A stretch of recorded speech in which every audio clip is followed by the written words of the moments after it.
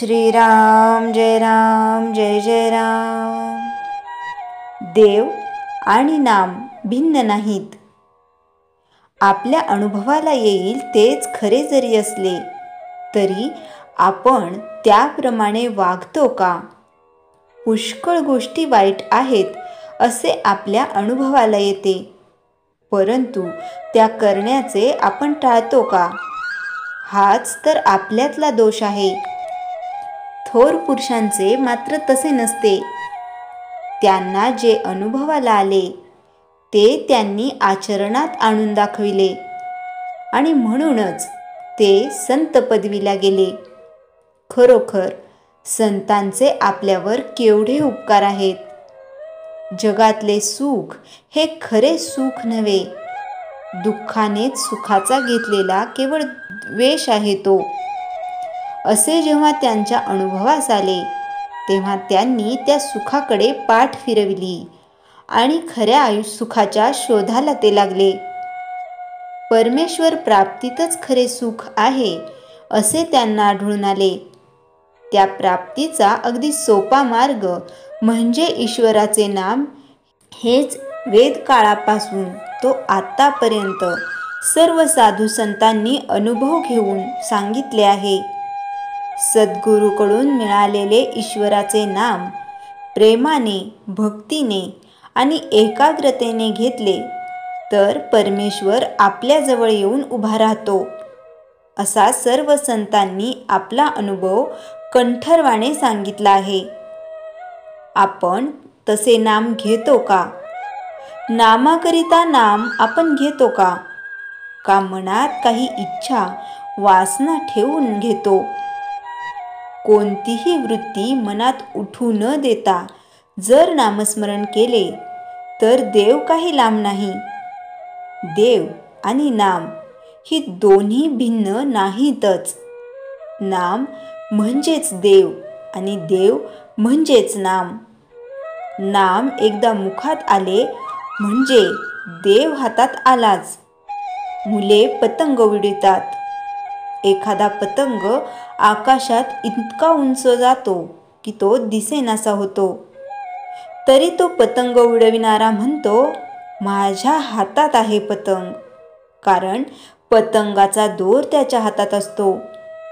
जोपर्यंत अखंड नामस्मरणाची दोरी आपल्या हातात आहे तोपर्यंत परमेश्वर आपल्या हातात आहे। ती दोरी सुटली की परमेश्वर सुटला। आपल्या नामस्मरणाला एका गोष्टीची अत्यंत जरुरी आहे। आपल्या जीवनात परमेश्वरावाचून नडते असे जोपर्यंत आपल्याला वाटत नाही तोपर्यंत आपले नामस्मरण खरे नव्हे। परमेश्वरच आपल्या जीवनाचा आधार, त्याशिवाय आपण जगूच शकत नाही अशी वृत्ती बांधल्यावर होणारे नामस्मरण तेच खरे नामस्मरण। आपली स्थिती जर याच्या अगदी उलट, परमेश्वरावाचून आपले कुठेच अडत नाही अशा वृत्तीने आपण नामस्मरण करतो, पण परमेश्वर तरी कसा येईल? परमेश्वराचे नाम हेच आपल्या जीवनाचे सर्वस्व समजून नाम घेतले तर जीवनाचे सार्थक झाल्या वाचून राहणार नाही। नामाने भगवंताची प्राप्ती होणारच ही खात्री असावी। अशा नामालाच निष्ठेचे नाम असे म्हणतात। श्रीराम जय जय राम। चैतन्यवाणी भक्त, भगवंत व नाम ही तिन्ही एकरूपच आहेत। जेथे नाम आहे तेथे भक्त आहे व तेथेच भगवंत आहे। श्रीराम जय जय राम। आज याच्या पुष्ट्यर्थ नारायण स्वामी महाराजांची पूर्वाश्रमातील एक कथा सांगणार आहे। विसापूर येथे राहणाऱ्या नारायण शास्त्रींचा विद्वान या नात्याने मोठा नावलौकिक होता। एकदा पुण्याला एक मोठी विद्वत सभा झाली। नारायण शास्त्री आपल्या पांडित्याचा परिचय देण्याकरता तेथे आले होते। सभेत शास्त्रचर्चा चालू असताना प्रतिपक्षाने नारायण शास्त्रींचा कोटी करून पराजय केला. हा पराभव नारायण शास्त्रींच्या जिव्हारी लागला. एवढा अभ्यास करून देखील जर पराजय होत असेल तर काय करावे? आता असे पांडित्य संपादावे की पुन्हा पराजयाचे तोंड पाहावे लागणार नाही? काशी क्षेत्राचा लौकिक हा शास्त्र अध्ययन आणि अध्यापन याकरीत मोठा होता. खेरीज नित्य घडणारे गंगास्नान, विश्वेश्वराचे दर्शन हे आणखी 2 लाभ पदरी पडणार होते. नारायण शास्त्री या विचाराने प्रेरित होऊन आपल्या कुटुंबास आप्तांचे घरी ठेवून काशी क्षेत्री आले. अनेक वर्षे शास्त्राभ्यासाने मोठी विद्वत्ता मिळवून नारायण शास्त्री धन्य झाले. आता इतक्या अभ्यासाने आपण कोणास शास्त्रार्थ हार जाणे शक्य नाही, हा विश्वास त्यांना वाटू लागला. एके दिवशी गंगेत स्नान करीत असतात तेथील गुरु नारायण शास्त्रींना म्हणाले, नारायणा, स्त्री पुत्रादी परिवार सोडून अनेक वर्षे येथे राहिलास, तेव्हा तुझी अध्ययनाची इच्छा पूर्ण झाली ना? यावर नारायण शास्त्री उत्तरले, मला अपेक्षित अध्ययन पूर्ण झाले. यावर गुरु म्हणाले, तर मग गुरुदक्षिणा देऊन तू आपल्या गावी जावेस असे मला वाटते. नारायण शास्त्री म्हणाले, मी गुरुदक्षिणा माझ्या शक्तीप्रमाणे द्यावयास तयार आहे, आपण आज्ञा द्यावी.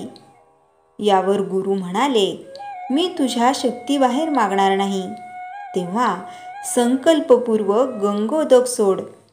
तत्काळ नारायण शास्त्रींनी उदक सोडले.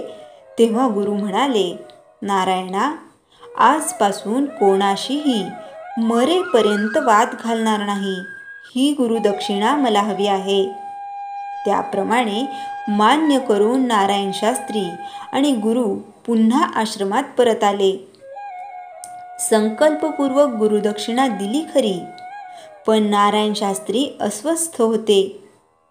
त्या रात्री शय्येवर बसून ते विचार करू लागले, इतक्या कष्टाने मी पांडित्य मिळवले, पण गुरु महाराजांनी हे सर्व गुरुदक्षिणेच्या मिशाने हरण केले.